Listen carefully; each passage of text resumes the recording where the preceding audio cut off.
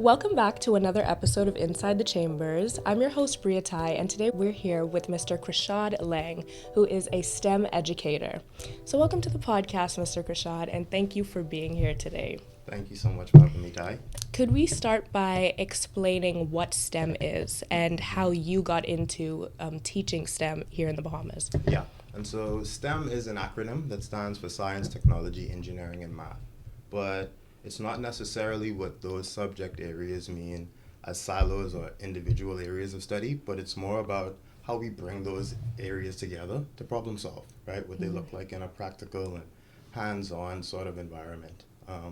For me, how I got into STEM was, well, I've always been a tinkerer, right? Which is a term used to describe a person that likes to make things, right? I would always take things apart as a kid. I would always try to figure out how things worked. That was always a part of me. And so I'd say it started very young with just, again, an extremely inquisitive nature. And when I got to college, I went to a school where we had a really robust engineering department. But when I got to college, I didn't know what an engineer was, right? I went to college on a baseball scholarship. Wow. All I thought and knew and ate and slept was baseball, Really? right? But going into freshman orientation week, my advisor sat me down. He's like, look, you have to pick up a major. You have pretty good math and physics scores. Why don't you go and try engineering? And so I signed up and enrolled into the engineering technology program and absolutely loved it, right? It immediately felt like home. It was a place where there were so many people that were curious and so many people that were tinkerers like myself, right? People that love to make things and explore how technology could be used in different facets. Upon finishing college, I ended up with an opportunity to teach, which got me into the classroom. And ironically, I taught engineering programs to K through 12 students in Philadelphia, Pennsylvania area. Okay, wow. And so I did that for a while and absolutely fell in love with it. My plan actually was to I study engineering technology. I wanted to be a bridge designer. Oh. Right? I wanted to design bridges. I was pretty fascinated with structural analysis and structural engineering generally. But when I stepped into the classroom and started working with young people in that capacity, it changed. And so I've been here ever since. Oh, wow. Wow. So how long have you been teaching in the Bahamas now? Yeah, so this is my 8th year teaching in the Bahamas. Wow. Time flies, time flies. Wow. So when you are teaching your students, how do you incorporate discussions on community development and community impact? Right. One of the major points of my content when I go and I develop a lesson or we're doing a project is that it has to have a strong theme of relevance. They have to be able to see how and where what it is that we're doing does solve a problem in a real life instance. Whether it's as simple as, we're making a robot to tie your shoes because 70% of the class has their shoes untied right now. Or in an actual project, we're making a humidity and temperature sensor to try to get better weather-related data around the country, right? And so for me, it's all about tying the relevance to the community, allowing them to work on projects that are defined by how it impacts our ecosystem, how it impacts the people around us, how it can impact processes, procedures, and systems. And once again, that baseline of relevance, if they can't identify with how this applies to them in everyday life, then I don't find it to be a good learning project. Do you have any specific stories from your students where any of their projects have directly impacted the community in any way? Oh, for sure. It's kind of baked in at this point. So I host the STEM Saturdays program every Saturday, and that's been going on, pre-COVID, and then COVID paused everything, and we've been back up and running. And as a part of my programs, for instance, I have a program full of college students, students at UB studying engineering and technology. I have access to loads of manufacturing equipment and technology that they wouldn't have access to otherwise. And so we decided to start a program that gives them practical experience with modern tech. Wow. And as a function of it, though, they get to learn and interact with the equipment as much as they want to, as much as they need to, fill your curiosity, but they have to develop content and deliver content on Saturdays.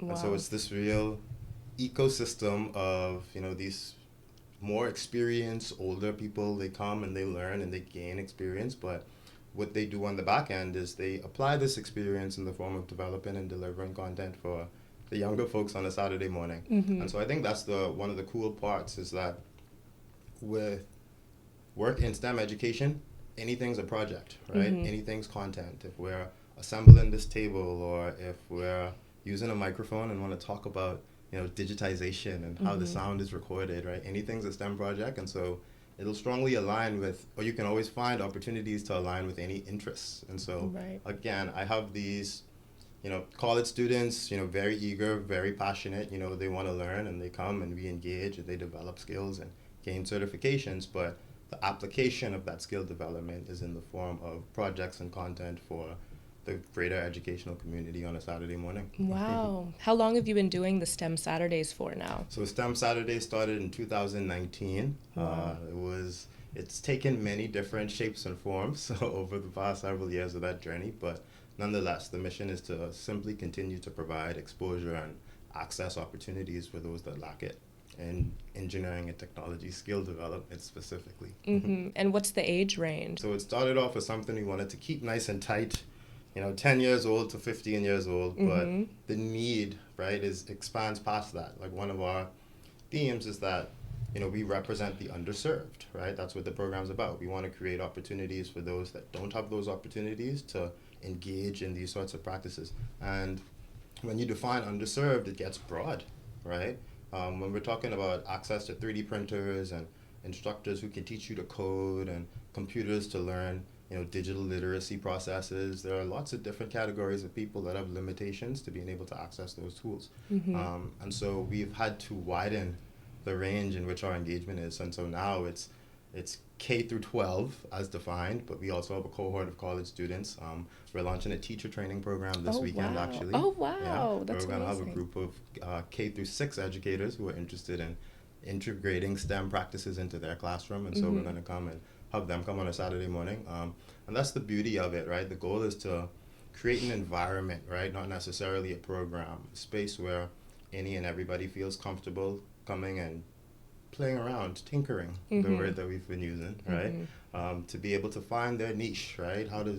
Where do I see myself in this space or ecosystem, right? Technology can be intimidating, right? When we're talking about skills like, machine learning and AI development and all the fancy terms that are floating around, it can be a little bit scary for somebody that is coming from a blank slate, right? And so what we look to do is really to provide an opportunity and a space for everybody to come and to engage. And, for me, that's the first point is access to exposure, right? You have to be able to know that these things exist in a first instance, and then understand that these things are for you, right? And understand that no matter my background, my skill sets, or my interests, there's an avenue, right, in the engineering and technology space for me. Mm-hmm. What are the biggest challenges you face as a STEM educator?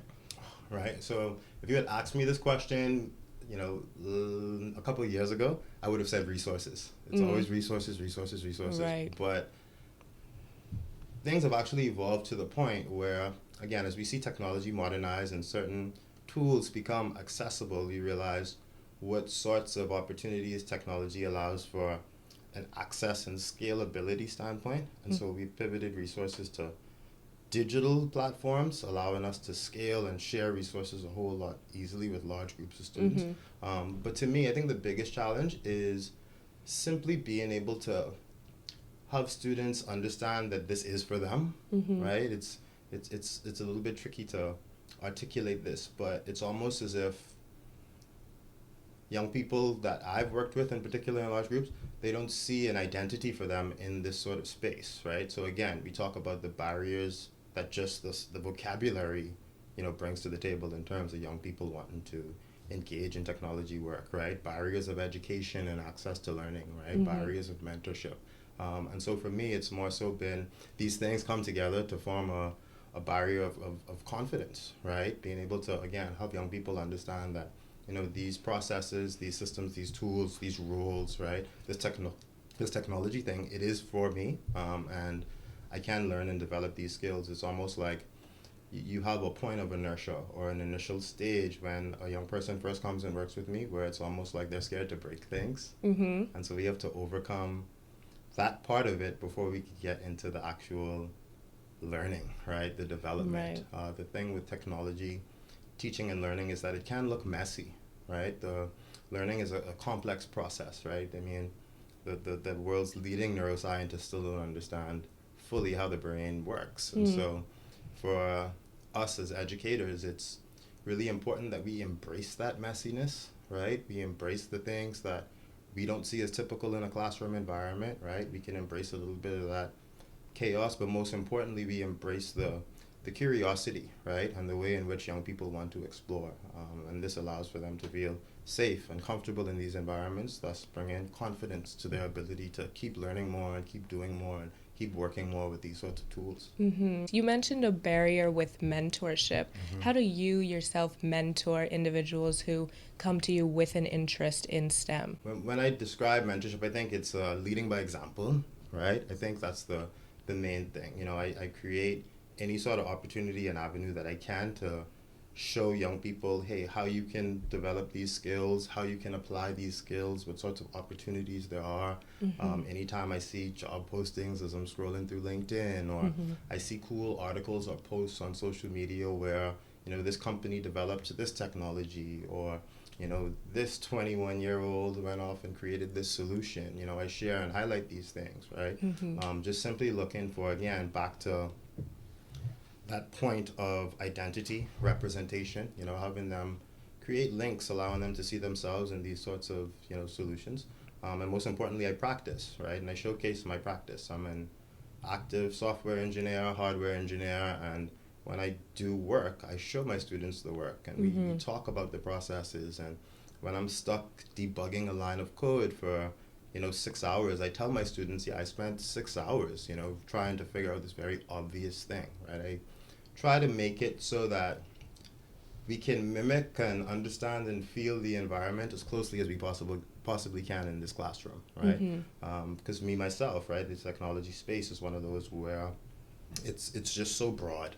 It's just so vast that I couldn't personally highlight and touch every single aspect of it, but it's more about being able to instill the curiosity and persistence, right, through showing them the curiosity and the persistence, right? And so I think that's really my mentorship style, is being able to show them by example. With the rise of artificial intelligence, how do you expect that to impact the educational system? AI is a buzzword for sure right now. You know, it's in every blog post, every social media article. You know, every industry has had a taste of what AI can do in their space. Education is definitely not going to be exempt, you know, from the impacts that we can see, but I see these potential impacts as positive ones. Personalization is definitely one of the major points in education as to which I highlight as a big solution to efficiency of teaching and learning. And when I say personalization, I mean being able to create environments where students can access what it is that they know and connect that to what they need to know in a way that's really direct and relatable to them.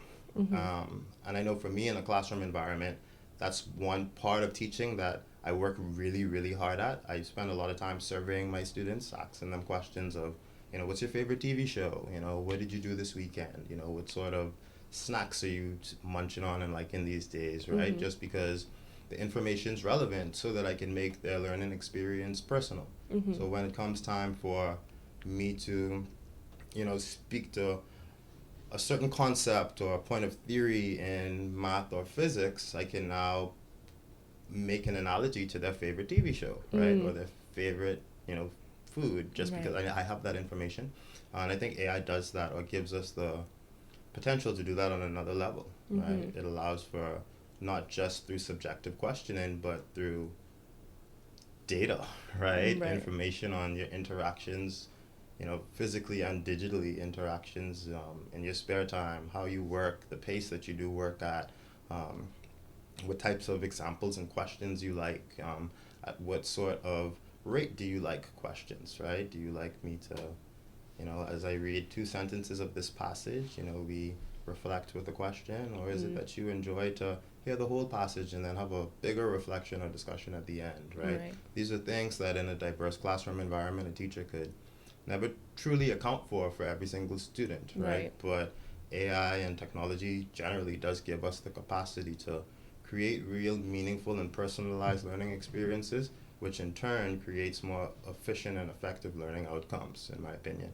And so I think, once again, we've seen these tools, in my opinion, enhance the education space. We went from my grandmother, she used to talk to me about writing on slate. I still don't understand what that is, but apparently it was like stone tablets and chalk, you're writing your notes on. And I grew up, writing in notebooks with textbooks. But then as I became an educator, we use iPads for everything, right? I tell the joke that I don't know how to teach without a projector. I'm sorry, right? It's one of those things where it's become a part of your toolkit, right? And when you grow up with these tools being how you do things, I think it definitely makes for efficiencies based on how things were done in the past. Right. And so I think we could expect the same sort of efficiency and productivity improvements, as we think about how artificial intelligence can interact with and work alongside teachers and students to create better learning environments and outcomes. What advice would you give to individuals who are considering pursuing a career in STEM or who just want to get into STEM but don't know where to start? Yeah, and it's so ironic because you said don't know where to start, but my response is going to be you start, right? That's the thing. It's no roadmap for this, right? There's no right or wrong. The industry changes so frequently. It changes so fast, right? Like ChatGPT is the best model one day, and then Claude Sonnet's the best model the next day, and iPhone's good this day, and Android's better the next day. And so the industry and space, the need for modernization and innovation happens so fast that you can't necessarily prepare for what it is that you're going to need to do in the next couple of years. It's more so that you need to start building your portfolio, right? Start engaging with individuals in the industries that you admire, the experienced individuals. I think social media it's an amazing tool for networking, right? It's kind of the first time in history you don't need a network to network. You could just start with a search, right? Right. And you'd be surprised how many experts are willing and actually very excited to connect with people that have interest in doing what it is that they do. And so I think like those are the big things, right? You may want to be a machine learning and artificial intelligence developer one day, or you might want to be a 3D printing product manufacturer. I think once again, it's the goal is to simply start, right? Being able to build a small personal website, that just tells people about your day, or being able to make a house out of cardboard because ultimately you want to 3D print these sorts of things, right? It helps you identify your niche, and once again, it shows people that you're ready and willing, and you're going. I had a friend that he made the analogy of when he would go to school in the mornings, him and his dad had a pickup truck, and as he would drive him to school in the morning, he would see people hitchhiking on the side of the road. And his dad always said that he would stop for the person that was already walking, but he would never stop for the person that's just there waiting. And I find that to be pretty synonymous in a lot of aspects in life, particularly in professional spaces, right?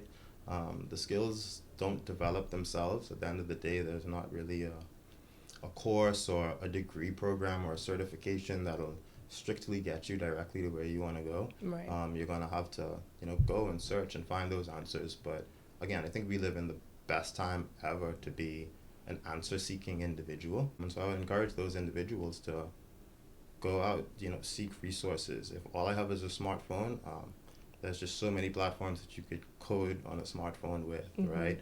There's so many platforms you could design on a tablet with, right? And so again, there's really no barriers other than the ones that we choose. And so for those individuals, 100%, go out, start working, and show people, right? Ask questions. Absolutely. Well, thank you so much for coming on the podcast today. Thank you. This was fun.